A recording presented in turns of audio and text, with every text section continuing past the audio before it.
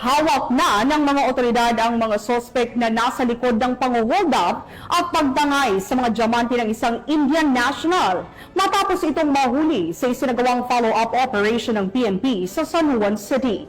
Nakatutok dyan si Patrolman Raymond J. Gravera.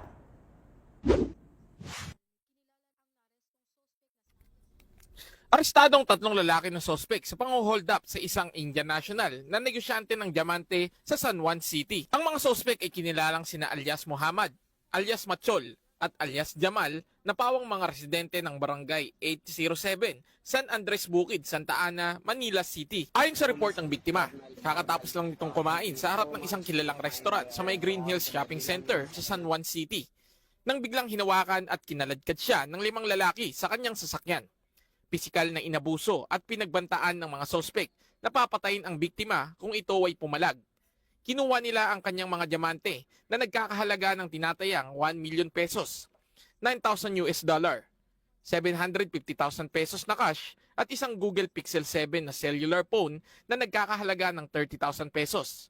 Sa kabuuan, umabot sa estimated total na 2,275,000 pesos ang nalimas nitong mga sospek sa biktima at pati ang sasakyan ng biktima ay tinangay din.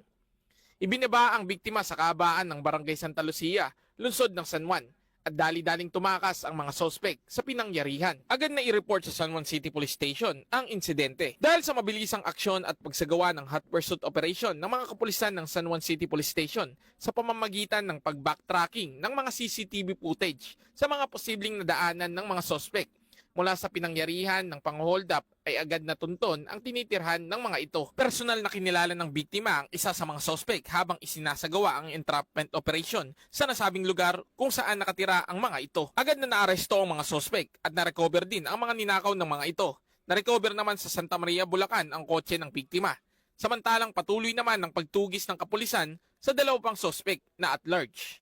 Police Colonel Marmal helped me so much to find all my belongings and everything. I recovered my diamond and I'm waiting for my peso and dollar. Naharap ngayon ng mga sospek sa paglabag sa Article 293 ng Revised Penal Code o robbery. Matapos basahan ng kanilang karapatan ng mga sospek, ay pansamantalang nakapiit sa San Juan City Police Station Custodial Facility habang hinihintay ang nakatakdang araw ng pagdinig sa kanilang kaso sa korte. Mula dito sa Eastern Police District, ako po ang inyong PNN correspondent, Patrolman Raymond J. Gravera, alagad ng batas, taga-taguyod ng Balitang Pulis.